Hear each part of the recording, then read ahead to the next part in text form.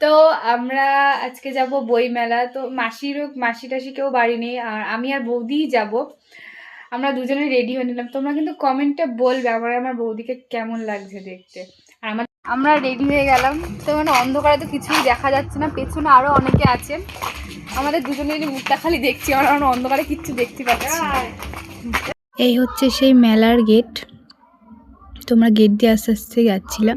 এবার যেতে যেতে আমার এই বান্ধবীদের সাথে দেখা হয়ে গেছিলো, কারণ এর সাথে আমার অনেকদিন দেখা হয় না, আমার খুব জিগরি দোস্ত। তারপর আমরা সবাই মিলে একটু মজা করলাম।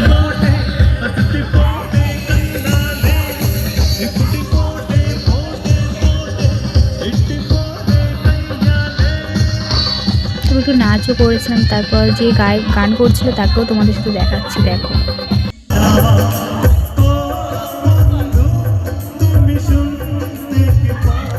তারপর আমাদের মাঝখানে এসে পড়েছিল মেগাস্টার ঋতুপর্ণা সেনগুপ্ত।